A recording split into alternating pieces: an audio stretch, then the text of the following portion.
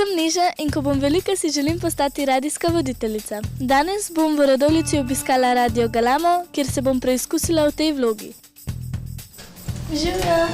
Živjo, smo te čakali plepčke. Živjo, zdravo. Jaz sem se pa šla preizkusiti v delu radijske napovedovalke. Super. Ti bomo prepustili danes mikrofon, pride Jasmina kmalu, tako da se šla z njo pogovarjala. Ko sem vstopila, sem opazila veliko zanimive opreme. Kaj pa te zanima najprej? Zakaj se uporablja ta oprema? Zakaj se ta oprema uporablja? To ti bo najbolj Boštjan povedal, za opremo, kar se tiče opreme. Ja, oprema to je za internet radio, to se pravi prek računalnika se nas da slišati, ne prek antene. In to se pravi, tukaj imamo bazo komadov, pa en tak miksek majhen, da lahko potem to, ko se pogovarja, potem lahko peljemo noter ta zvok in ga potem tukaj predvajamo. In tukaj pol vidiš, koliko ljudi posluša radio in iz katerih držav poslušajo radio. Kako pa predvajate vso glasbo?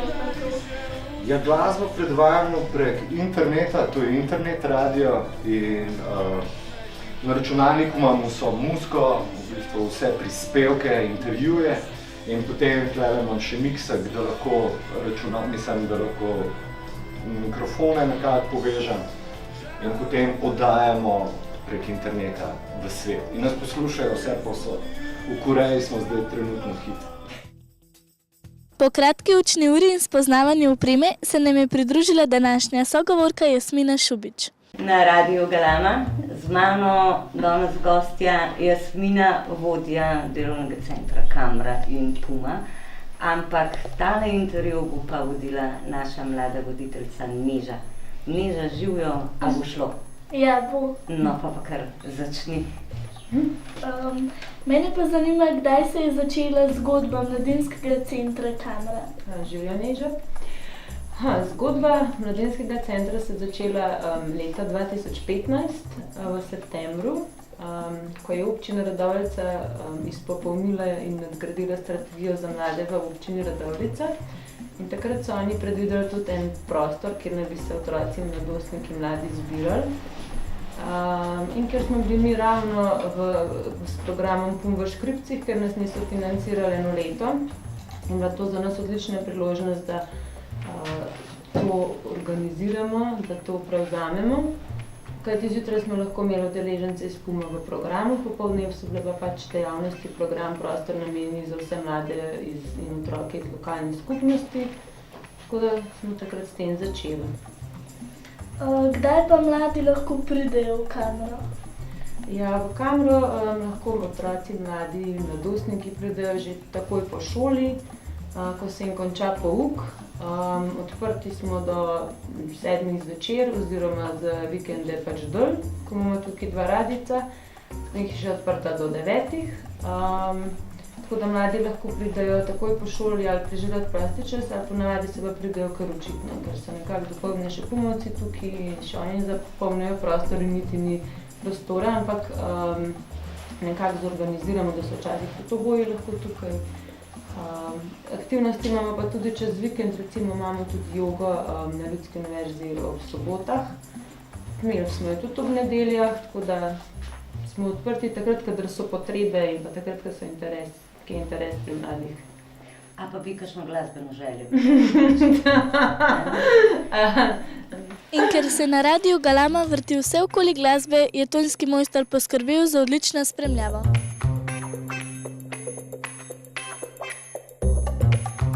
Ok, mi smo nazaj, z nami šefica Kamre Jasmina in pa Neža. Obetavna radijska voditeljica. Tako je, bravo. Neža, evo, mikrofon je spet tvoj. Hvala. Zanima me pa še, katere dejavnosti se odvijajo za mlajše od 15 in katere za starejše od 15 let. Ok, zdaj moram pobrskati po spominu. Trenutno za mlajše od 15 so delavnice angleščine, pa so delavnice risanja in slikanja, vsakodnevna učna pomoč, pa tudi pri nalogah, pred izpiti, svetovanje staršem, pa tudi mladostnikom, pol pripravljamo zdaj počitniški program za poletje. En manjši problem, v bistvu, kar smo zaznali, je, da imajo naši otroci v radovljiški občini in po teh šolah res zelo veliko interesnih dejavnosti in enih izbirnih vsebin. Tako da, kadar organiziramo stvari, čez teden so res otroci toliko zaposleni, da jih ne pride toliko veliko na dejavnosti. Ampak, ko so pa počitnice, ko imamo pa dopoldne, ko so sami doma, takrat je pa ponavadi naval in delamo vse od ustvarjalnic, kuharskih delavnic, imamo profesionalnega kuharja, s katerim lahko delajo vse od pice, bureka do lazanje. Potem so razne delavnice, kakšno vrtičkanje, kakšne slaščice so se delale, čokopopsi, softball je zelo priljubljen. Moja sodelavka, ki dela na PUM-u, je v softball ekipi, tako da pa pelje vso opremo v Radovljico in lahko se trenira softball, tekmo naredi. Tako za mlade nad 15, pa tam do 29, ki je uradna starost, zdaj za te mlade, ki so lahko vključeni, so pa potekali tečaji tujih jezikov, bila je španščina, bila je nemščina, trenutno poteka joga. Zaključil se je mozaik, pa so naredili odlične izvrstne izdelke, lonce, iz ogledala delajo iz tega načina moderni mozaik Trincadis. Potem so tudi za softball smo jim organizirali. Popularne so bile tudi podjetniške delavnice, mlade zelo usmerjamo v zaposlitev, v to, da bi si nabrali veščine, dobili sposobnosti recimo za iskanje službe. Tako da ta marketing je bil zelo popularen, tudi mogoče kako malo spromovirati svojo dejavnost, svoj hobi, pa potem kako narediti, kako naprej peljati. Delali so internetne strani, tečaj računalništva smo imeli za njih, napredni, Word, Excel, PowerPoint. Sodelujemo tudi s klubom radovljiških študentov, tako da imamo z njimi skupaj usposabljanje za mlade, ker so študenti delavnice organizirali, tudi računalniške. Pa zdaj v juniju mislim, da imajo še kako iskati zaposlitev, tudi en marketing, pa kako pisati prošnje, kako napisati življenjepis. Mislim, da tudi kako se obnašati na razgovoru za službo. To tvoj, Neža? Ja. Si vse vprašala, kar si mislila? Boš 6 minut domov spustila? Ja. So ti še kaj oglasila, Neža? Ne vem. Boš prišla verjetno na Se vidi, da rabimo take mlade, ko je gor zrasla, da me malo naprej pelali. Da me malo naprej pelali. Ja. Ok, Jasmina, hvala. Še vedno si brez glasbene želje? Ja, naslednjič dam celo playlisto. Boš dala playlisto. V redu. Okay. Hvala tebi, Neža, za intervju, ki si ga speljala. Ja, vabljena še, da se oglasiš. Preizkusila sem se v vlogi radijske voditeljice, a pojavila so se nova vprašanja. Hvala, ker sem bila lahko danes na vašem radiju. Imam pa še nekaj vprašanj glede radijske voditeljice. No, prav.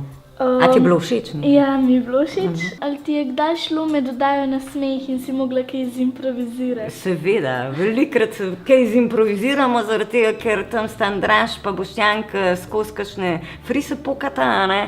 In včasih, če jih kakšen dolgočasje zgrab, imamo kakšen klepet, smo probali tudi eno radijsko igro speljati, ampak smo vmes prekinili zaradi tega, ker je zašla v ene čudne vesoljske sfere, tako da smo se smejali vsi, najprej en, pa pol drug, pa ta tretji, tako da improvizacija, zdaj takrat nas verjetno tudi ni, ker je bilo na začetku toliko poslušali, da smo se malo sklanjali pod mizo, pa nad mizo, jaz sem pol odšla stran, zaradi tega, ker pač sem se preveč na glas smejala, ampak se zgodi, seveda se zgodi, tudi vmes se zgodi pri gostih, da nekomu telefon zazvoni, pa se začnemo vsi smejati, ni tako strogo zapeto, da bi zdaj bilo tako prav, a veš, ne? Da bi rekli, ujoj, zdaj bomo pa tole zrezali, pač pri nas takrat gre v živo, a ne. Koliko časa se pa ti približno pripravljaš na intervju? Na intervju tako, veš, kako ti bom rekla, recimo, kaj zdaj, en teden prej je fajn, če vem, kdo je gost, oziroma tako jaz kontaktiram ponavadi te goste, kjer pridejo, tako da jim mail pošljemo ali pa prek Facebooka, ali pa se oni nam oglasijo pa nas vprašajo, če smo zainteresirani, da pridejo. Pol ti pa majčkano oni napišejo pač malo zgodovine, recimo zdaj, če se o ansamblih pogovarjamo o teh bendih, ki pridejo, kaj v bistvu igrajo, kaj razvrst glasbe. Zdaj fajn je, če pač ti nekaj v tej zvrsti glasbe veš, čim več veš, boljše, da si malo podučen v temu. Potem pa ponavadi majčkan grem njihove posnetke poslušati, zato da vidim, kako glasba zveni, a je trdo, a je mehko, a je to, recimo zdaj v metalcu imamo zelo veliko, a je to hard metal, a je to bolj malo na soft, ali je bolj žaganja, samo rjovel, ali kako bo to izgledalo. Pa majčkeno si preberem pač vse to, kar oni pošljejo, poiščem še kaj na internetu, če je še kaj od njih objavljenega bilo, tako da si sestavim eno sliko njihovo, recimo, pa skozi ta poslušanje recimo njihove glasbe, pol pa sestavim recimo, ne vem, 2 dni prej pa vprašanja, ki so pa tako nekako ohlapna, bom rekla, zaradi tega, ker nikoli ne veš vnaprej, kako bo potekal pogovor, ker je vse bolj sproščeno, tako da zapelje včasih tudi malo v kakšno drugo smer, ampak ponavadi je zelo veselo. No. Zakaj pa si se odločila za tak mladinski radio, ne za kakšen bolj večji, poznani? No, to sem ti povedala, da je v bistvu to splet okoliščin, glede na to, da na Ljudski univerzi predavam, tako da je bil to pač projekt, ki smo ga in je pol iz tega pač, glede na to, da je tukaj mladinski center, smo pa rekli, to bo super, zaradi tega, ker nas ne omejujejo na nek način, ker smo vsi neki amateri še recimo, kar se tega tiče, in postavljamo vse skupaj z nule, saj čez nekaj let bomo že verjetno profesionalci, a ne. Tako da ne vem, zakaj v bistvu, verjetno, če bi že prej bila na nekem profesionalnem radiju in bi stvar verjetno drugačila, ampak lej, se mi zdi, da je kar fajn, da smo tako štartali, kakor smo, da nismo omejeni, to se mi zdi zelo dobro, pa tudi, da nismo v bistvu, glede na to, da je povsod še kakšne druge stvari, da so recimo vpletene zraven, nismo politično usmerjeni, ampak delamo predvsem na podlagi dobre glasbe pa mladine, da se povezuje, da je v bistvu ena taka stvar, ki v bistvu živi in diha recimo tudi z okoljem in s prostorom. Zato tudi želimo, da se čim več mladih vključi v bistvu v to, no. Da je bolj na free, se temu reče. Še to, če kdaj nadomestiš delo DJ in vrtiš glasbo? Tudi.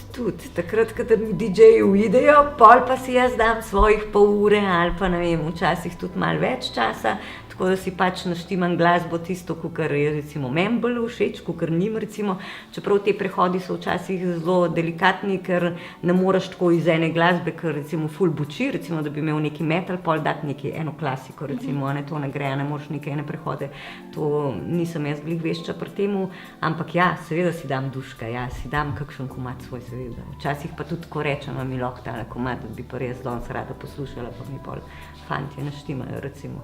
Ja. A imaš ti kakšno glasbeno željo? Danes nisem nobene povedala. Ne spomnim. Ne spomniš se, boš drugič povedala, ko boš prišla. Boš že bolj tako